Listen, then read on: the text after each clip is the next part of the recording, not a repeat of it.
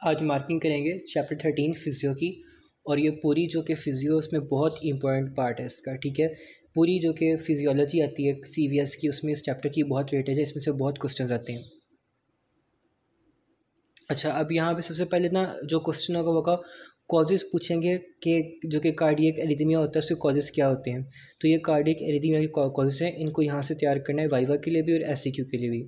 आगे स्टार्ट करते हैं एबनॉर्मल साइनस रिदम्स के, ठीक है। सबसे पहले टाइकार्डिया, ठीक है। टाइकार्डिया में इसकी डेफिनेशन बतानी है कि टाइकार्डिया क्या होता है, ठीक है। उसके आगे कॉजेज़ बतानी है, कॉजेज़ भी लिखी हुई हैं और टाइकार्डिया की डेफिनेशन कॉजेज़, दो चीज़ें यहाँ से याद करनी है, हो जाएगा, यही गाइडेंस है, ठीक है। आगे ब्रेडिकार्डिया, ब्रेडिकार्डिया में बताना होता है कि अगर टाइकार्डिया हार्ट रेट इंक्रीज़ होता है तो वो डिक्रीज़ होता है, ठीक है। और आगे उसकी कॉज भी बताई होगी, उसको भी देखना है कि ब्रेडिकार्डिया की कॉजेज़ क्या होती हैं, ठीक है। अब यहाँ पर जो बहुत इंपॉर्टेंट क्वेश्चन बनता है, एक तो टाइकार्डिया ब्रेडिकार्डिया पूछ लेंगे ना, और दूसरा यहाँ पे आप लोगों ने इनके हार्ट रेट भी साथ याद करने कि कितने बीट्स पर मिनट होता है, वो भी यहाँ पर लिखा हुआ है, ठीक हो गया। अब वेगस स्टिमुलेशन कॉजेज ब्रेडिकार्डिया, ये आप लोगों का आता है कैरोटिड साइनस सिंड्रोम। ये आप लोगों का SCQ यहाँ से इसमें बताना है कि जो कि बैरोसेप्टर होते हैं उनकी सेंसिटिविटी कैसे चेंज होती है और वो कैसे हमारे पास रिस्पॉन्ड करते हैं, और इमीडिएटली जो कि हार्ट रेट होता है बहुत स्लो डाउन होता है। तो ये पूरा पैराग्राफ में जो कि ये लाइन्स ना, ये आपकी ब्रेडिकार्डिया को एक्सप्लेन करिए, ये लाइन्स यहाँ से एक्सप्लेन करनी है। 3 SCQ हो गए, यहाँ से बता दिए मैंने। आगे चलें तो आगे यहाँ पर यही टैकीकार्डिया ब्रेडिकार्डिया दिखाया हुआ है, इसको यहाँ समझ लेना कि increase number of heart beat और decrease number of heart beat कैसे बताया हुआ है। नेक्स्ट पे साइनस एरिथमिया है, ठीक है। साइनस एरिथमिया में कार्डियोटेकोमीटर वाइवा के लिए, ठीक है। इसको पढ़ लेना कि कार्डियोटेकोमीटर में क्या बताया हुआ है, कि वही जो कि इंस्ट्रूमेंट है जो कि रिकॉर्ड करेगा और वो रिकॉर्डिंग कैसे करा तो उसका भी बताया हुआ है, ठीक है। उसको वहाँ से देख लेना। डीप रिस्पायरेशन में और जो कि आप लोगों की दूसरी टाइप होती है रिस्पायरेशन में, उसमें क्या इफेक्ट हो रहा है उसको MCQ उसके लिए यहाँ से रीड करना है, ठीक है। डीप और क्वाइट रिस्पायरेशन उसको MCQ उसके लिए पढ़ना है, और ये टाइप का कार्डियोटेकोमीटर इसको पढ़ लेना है, ठीक है। नेक्स्ट आप लोगों को यहाँ से स्टार्ट होता है abnormal rhythm that result from the block of the heart signal, ठीक है। अब ये आप लोगों के आर्टियल ब्लॉक है, इनको ऐसे ना इसी क्लासिफिकेशन का क्वेश्चन आता है, बहुत इंपॉर्टेंट क्वेश्चन है, ठीक है। साइनो आर्टियल ब्लॉक और साथ इनकी ECG ड्रॉ करनी होती है, ठीक है।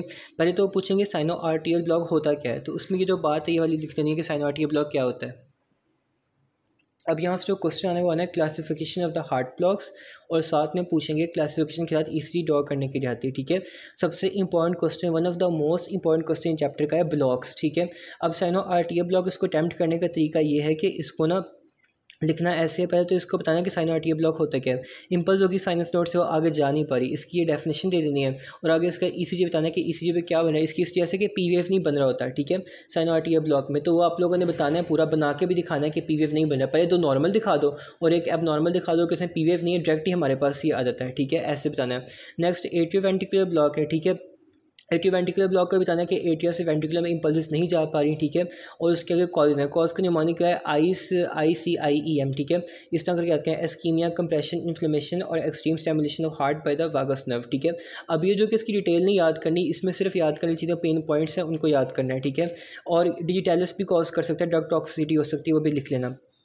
इनकम्प्लीट एट्रियोवेंट्रिकुलर हार्ट ब्लॉक होते हैं, इस भी आगे डिग्रीज हैं। Important SCQ, most important SCQ, ठीक है, ये पेपर में आता ही आता है। फर्स्ट डिग्री ब्लॉक, ठीक है, उसमें क्या होता है, प्रोलॉन्ग पीरियड इंटरवल होता है, कितना होता है वो भी बताना है कि कितने सेकंड्स तक होता है। ये लाइन है, ये वाली इसमें डेफिनेशन को एक्सप्लेन करिए, ठीक है। नेक्स्ट इसमें आगे क्या होता है, डिले कंडक्शन होती है एट्रिया से वेंट्रिकल की तरफ, बट लेकिन एक्चुअल ब्लॉकेज नहीं होती, ठीक है। ये वाला पॉइंट भी लिखना है, इसको भी बताना है, और इसका क्या इफेक्ट पड़ता है ECG पे, उसको भी डायग्राम से देख के तो साथ साथ बताना है, ठीक है, कि PR इंटरवल पे कैसा कैसा इफेक्ट हो रहा है, ठीक है। Prolong PR interval by the first degree, तो वहाँ पे इंक्रीज PR इंटरवल हो रहा है, उसको साथ में बताना है कि कैसे हो रहा है, ठीक है। नेक्स्ट पे आता है कि एक्यूट रूमेटिक हार्ट फेवर के साथ ये एसोसिएटेड होता है, ये भी बात लिख दो साथ में डिजीज़ की एक ना कैप्शन डाल के। आगे सेकेंड डिग्री ब्लॉक है, ठीक है। सेकेंड डिग्री ब्लॉक होगा कि PR इंटरवल हमारे पास इंक्रीज़ कर गया, पहले ज़्यादा इंक्रीज़ कर गया, ठीक है, उसका बताना है, ठीक है। ड्रॉप्ड हार्ट बीट होती है, उसका बताना है। अब इसकी आगे फर्दर टाइप है, टाइप 1 है और टाइप 2 है। टाइप 1 को वेनकी बैक पीरियोडिसिटी भी कहते हैं, ठीक है, इसको भी देखें टाइप 1 और टाइप 2, और इसका जो कि आगे ग्राफ बना हुआ है उसको भी देखें जहाँ पे वो टाइप 1 और टाइप 2 का बना रहे हैं। अगर किसी का ग्राफ बुक पे नहीं भी मिलता ना, तो खुद ग्राफ लाने की कोशिश करो कि उधर बता तो है कि PR इंटरवल इंक्रीज़ है, तो कि P और R का इंटरवल उसको थोड़ा वाइड कर दो, ऐसे करके बताना है। पहले एक नॉर्मल दिखा दो, बाद में एबनॉर्मल दिखा के ना उसको बड़ा करके बता दो। आगे कंप्लीट AV हार्ट ब्लॉक है, थर्ड डिग्री हार्ट ब्लॉक, ठीक है। Complete block of the impulse होता है एट्रिया से वेंट्रिकल की तरफ। अब यहाँ पे ये MCUs है कि जो कि rate of the rhythm atria होता है इसी में 100 बीट्स पर मिनट होता है, और जो कि वेंट्रिकल का होता है 40 बीट्स पर मिनट तक आ जाता है। बहुत इंपॉर्टेंट क्वेश्चन, इसको याद रखना है। स्टोक्स एडम्स सिंड्रोम मैंने पहले चैप्टर में बताया था कि आप लोगों का SCQ है, इसको आप लोग देख लो, यहाँ से आपको मिल जाए तो ठीक है, वरना फिर दोस्त पे आप लोगों को मिल जाएगा। स्टोक्स साइंड्रोम सिंड्रोम फिरदौस से कर लो, या मैंने पिछली वीडियो में थोड़ा सा इसको एक्सप्लेन भी किया हुआ है, उसको देख लेना वहाँ से। नेक्स्ट आते हैं तो वो वही है सारा, ठीक है। अब ये है इंट्रावेंट्रिकुलर ब्लॉक, ठीक है। इंट्रावेंट्रिकुलर ब्लॉक में क्या हो रहा है हमारे पास, उसको देखना है कि इसकी ये परकंजी सिस्टम में ब्लॉकेज होती है कहीं पे, ठीक है। ये इंट्रावेंट्रिकुलर यानी कि वेंट्रिकल के अंदर है, और जो पहले पढ़ा है वो इंट्राकार्डियक था, ठीक है। तो इसको भी याद रखना है। आगे प्रीमेच्योर कंट्रैक्शन आती है, ये भी आप लोगों का ऐसी क्यों। प्रीमेच्योर कंट्रैक्शन क्या होती है, कंट्रैक्शन होती है हार्ट की बिफोर नॉर्मल टाइम से बोलते हैं। उसका अगला नाम होता है एक्स्ट्रा सिस्टोल या प्रीमेच्योर हार्ट बीट या फिर एक्टोपिक बीट भी उसको कहते हैं, ठीक है। अब ये गाइडेंस ही करने वाला है। कॉजेज क्या होती हैं इसकी, एक्टोपिक बीट हो सकती है, कैल्सिफाइड प्लेक्स होता है, स्कीमिया वगैरह या कैफीन वगैरह ज़्यादा होगी तो वो उससे पता लग जाता है। नेक्स्ट आपका प्रीमेच्योर एट्रियल कंट्रैक्शन, ठीक है। अब इसकी आप लोग डेफिनेशन खुद भी बना सकते हो कि ectopic foci in the atria which cause the area to contract ahead of its normal time, ये हो गया, ठीक है। अब इसकी भी साथ साथ आपने प्रीमेच्योर कंट्रैक्शन करनी है, तो इसकी भी आप लोगों ने साथ साथ ज़रूर देखनी है, वो जो कि बनी हुई है ECG साथ ड्रॉ की हुई है ताकि आप लोगों को आए, ठीक है। अब यहाँ पे एक आप लोगों को वाइवा क्वेश्चन आता है कि टी वेव हमारे पास नेगेटिव क्यों है। तो टी वेव आप लोगों की नेगेटिव क्यों बनती है प्रीमेच्योर कंट्रैक्शन में, क्योंकि जो कि प्रोलॉन्ग होती है, डीपोलराइजेशन होती है वेंट्रिकल की, ठीक है। वेंट्रिकल को टाइम लगता है अपने जो कि डीपोलाइज स्टेट से आगे ग्रुप की तरफ जाने में, तो उस वजह से जो कि प्रोलॉन्ग डीपोलाइजेशन फेज की वजह से टी वेव नेगेटिव आप लोगों की बनेगी यहाँ पे, ठीक है। प्रीमेच्योर वेंट्रिकल कंट्रैक्शन है। अब वेंट्रिकल कंट्रैक्शन क्या, प्रीमेच्योर वेंट्रिकल कंट्रैक्शन का वही मतलब है, वेंट्रिकल कॉन्ट्रैक्ट करें अपने नॉर्मल टाइम से पहले, ठीक है, प्रीमेच्योर है। तो उसमें QRS कम्प्लेक्स की हाई वोल्टेज होगी, ठीक है। उसमें जो कि न्यूट्रलाइजेशन इफेक्ट नहीं होगा, इसको बताना है आप लोगों ने, और ये जो कि अंडरलाइन पॉइंट्स हैं इनको लिखना है, ठीक है।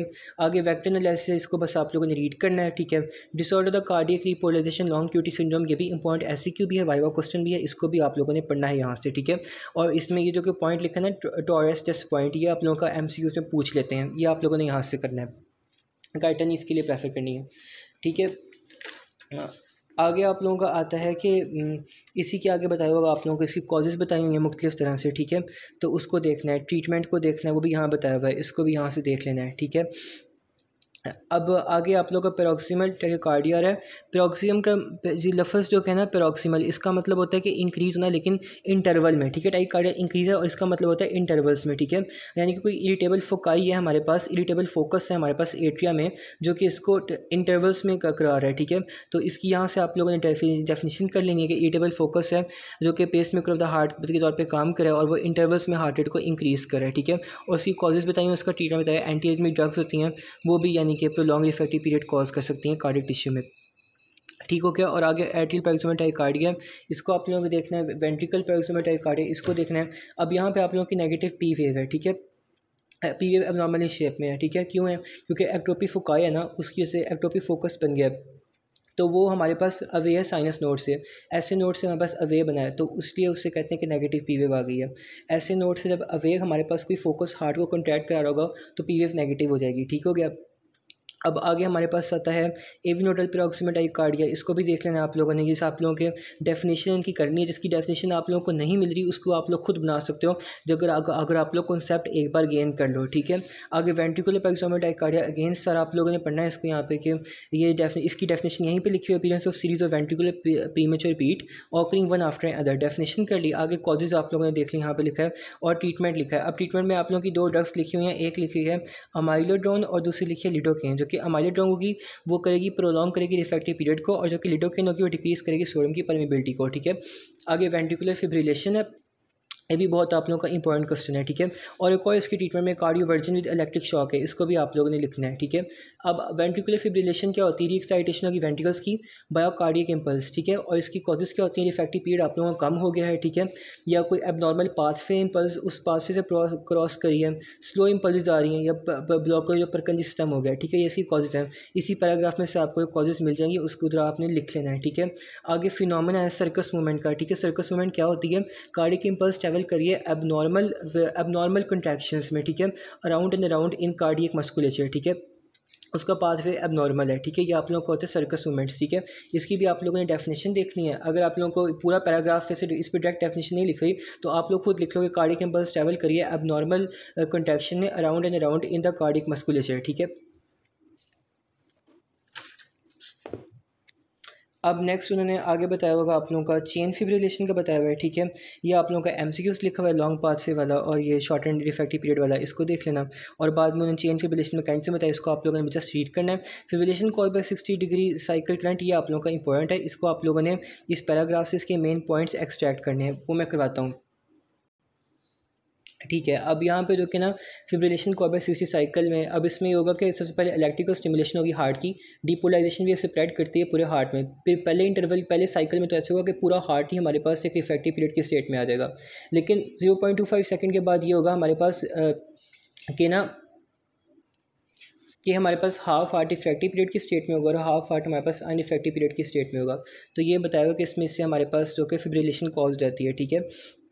और बाद में आप लोगों ने अंडरलाइन पॉइंट्स हैं, ये पॉइंट्स पढ़ने, इसकी कॉजेस बता रहे हैं, इसका मैकेनिज्म को एक्सप्लेन करें, ठीक है। क्योंकि velocity of conduction of the heart muscle decrease कर जाएगी और नंबर ऑफ द इम्पल्स है उनकी डिवीजन हो जाएगी, ठीक है। ये वाला पॉइंट आप लोगों ने यहाँ से भी याद कर लेने हैं। आगे इलेक्ट्रोकार्डियोग्राम वेंट्रिकुलर फिब्रिलेशन में ये ऐसे इतना इंपॉर्टेंट नहीं है, इसका बस आप लोग रीड कर लो। और इलेक्ट्रिक पर आप लोगों को पता हो कि उस पर ईसीजी पे क्या इफेक्ट आ रहा है, इन केस वो एमसीक्यूज में पूछ लेते हैं, ठीक है।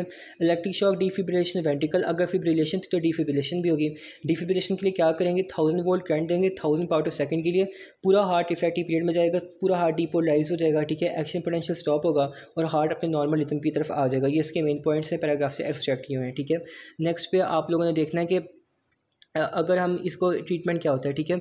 In patient with a high risk of ventricular fibrillation a small battery powered implantable cardioverter defibrillator with electrode wires, ठीक है, उसको लगा देंगे हार्ट के अंदर। तो फिब्रिलेशन को डिफिब्रिलेशन की स्टेट में जाने के लिए इम्प्लांटेबल कार्डियोवर्टर को भी यूज़ कर सकते हैं, ठीक हो गया। अब यहाँ पे कार्डियोपल्मोनरी रिससिटेशन आ गई। अब मज़े की बात यहाँ पे ये, अगर फिब्रिलेशन होगी तो उसको ओवरकम करने के लिए डिफिब्रिलेशन करते हैं, और अगर हमारे पास डिफिब्रिलेशन ही एक्सेसिव हो जाए तो उसको ओवरकम करने के लिए ये सीपीआर करते हैं। यहाँ पे सीपीआर की डेफिनेशन है, इसको पढ़ लेना, ये प्रैक्टिकल भी फिजियो का बहुत इंपॉर्टेंट प्रैक्टिकल है, ठीक है। इसको यहाँ से देख लेना। फिर आगे एट्रियल फिब्रिलेशन है। एट्रियल फिब्रिलेशन भी रीएक्साइटेशन होती है ना, रीएक्साइटेशन एट्रिया की होगी इन अ पार्शियल कंट्रैक्शन, और रीएक्साइटेशन के बाद ना एट्रिया अपनी पार्शियल कंट्रैक्शन की स्टेट में आ जाएंगे कि वो हाफ कंट्रैक्टेड होते हैं, हाफ अनकंट्रैक्टेड होते हैं, ब्लड होता है वो सही तरह से पंप ही नहीं हो पाता। ये इसमें एट्रियल फिब्रिलेशन के पॉइंट्स हैं। इसकी डेफिनेशन आप लोग फिर दोस्त से भी देख सकते हो एट्रियल फिब्रिलेशन की, और आप लोग खुद से भी पैराग्राफ रीड करोगे तो आपको मिल जाएगी, ठीक है। इसका ईसीजी पे क्या इफेक्ट होता है वो देखना है। वेंट्रिकुलर फिब्रिलेशन, एट्रियल फिब्रिलेशन, सब चीज़ों का ईसीजी पे इफेक्ट बताओ कि उधर ईसीजी पे क्या इफेक्ट आ रहा है, ठीक है। ये चीज़ इंपॉर्टेंट होती है। और इसी पे फैक्ट देख लेंगे ना, फिर दोस्त में एक जगह पे टेबल भी बना हुआ है एक चैप्टर में, वो भी पढ़ सकते हो आप लोग वहाँ से। फिर आगे यहाँ पे आएगा आप लोगों का इरेगुलरिटी इलेक्ट्रोकार्डियोग्राम में एट्रियल फिब्रिलेशन, आप लोगों ने देख लेना है कि कौन सी वेव है वो नहीं बन रही होती यहाँ पे। आगे irregular ventricular rhythm during atrial contraction, atrial fibrillation है, ठीक है। अब क्वेश्चन यहाँ से आता है कि एट्रियल फिब्रिलेशन में और एट्रियल फ्लटर में क्या डिफरेंस होता है, वो डिफरेंस आप लोगों ने ज़रूर देखनी है, ठीक है। जो फ्लटर होता है उसमें ईसीजी का एक प्रॉपर रिदम होता है, ठीक है। और जो कि एट्रियल फिब्रिलेशन होती है उसमें ईसीजी का प्रॉपर रिदम नहीं होता है, ठीक है। फ्लटर में हमारे पास एक सिंगल लार्ज वेव होती है जो कि यूनिडायरेक्शनल होती है, और इसमें मल्टी डायरेक्शनल इम्पल्स होती हैं, ठीक है। सिंगल लार्ज इम्पल्स होगी जो कि यूनिडायरेक्शनल होगी, यहाँ पे मल्टी डायरेक्शनल इम्पल्स होती है। इसमें हार्ट बीट का तो मेन डिफरेंस है, ठीक है, क्योंकि इसमें 200 से 50 बीट्स पर मिनट होगी, 125 से 150 बीट्स पर मिनट होगी, ठीक है। Fix ratio of the atria to ventricle contraction होगी, इसमें कोई फिक्स रेशियो नहीं है एट्रिया टू वेंट्रिकल कंट्रैक्शन की, ठीक हो गया। ये पॉइंट्स इसके आप लोगों ने देख लिया यहाँ से। उसके बाद आप लोगों ने एट्रियल फ्लटर पढ़ना है। एट्रियल फ्लटर की आप लोग डेफिनेशन यहाँ से भी देख सकते हो, पहले 3 लाइनों में एक्सप्लेन की हुई है, और ये हार्ट बीट तो बहुत लाजमी है लिखना। फिर आगे कार्डियक अरेस्ट है, इसकी डेफिनेशन है, और इसका आगे कॉजेज हैं। कॉज क्या होते हैं, एक तो कॉज यहाँ पे लिखा होगा, 2 कॉज आप लोग ऐड कर लो। एक डीप एनेस्थीसिया लिखा है, एस नोड का इस्कीमिया और मायोकार्डियल डिजीज़, ये भी इसका कॉज होता है कार्डियक अरेस्ट का, ठीक है। आप लोगों के पॉइंट्स हैं, इसमें से पूरा चैप्टर आप लोगों का गाइडेंस से कवर होता है। जिस चीज़ की डेफिनेशन आप लोगों को नहीं मिलती, पैराग्राफ पढ़ के आप एक बार खुद कॉन्सेप्ट लेके उसको बना सकते हो। इसके अलावा आप फिर दोस्त से उस चीज़ की डेफिनेशन को रेफर कर सकते हो, लेकिन मेन बुक अपनी गाइडन ही रखना है इस चैप्टर के लिए, क्योंकि एमसीक्यू उसकी गाइडन की लाइन्स आनी है। और आप लोगों ने ईसीजी पे फैक्ट्स है उसको एमसीक्यूज के लाजमी देखना है साथ साथ, ठीक है। ये आप लोगों का चैप्टर था। और कोई चीज़ इसमें रह गई हो तो आगे हार्ट ब्लॉक है, dextrocardia, cardiac arrhythmia, six sinus syndrome, ठीक है, ये भी इसी चैप्टर का पार्ट है कि हार्ट ब्लॉक्स को आपने बताया block of impulse transmission at any critical point from pacemaker at SA node, उसे हार्ट ब्लॉक बोलेंगे। डेक्स्ट्रोकार्डिया क्या होता है? डेक्स्ट्रोकार्डिया होता है अगर हार्ट की पोजीशन अगर आपकी इन्वर्स रहती है, ठीक है।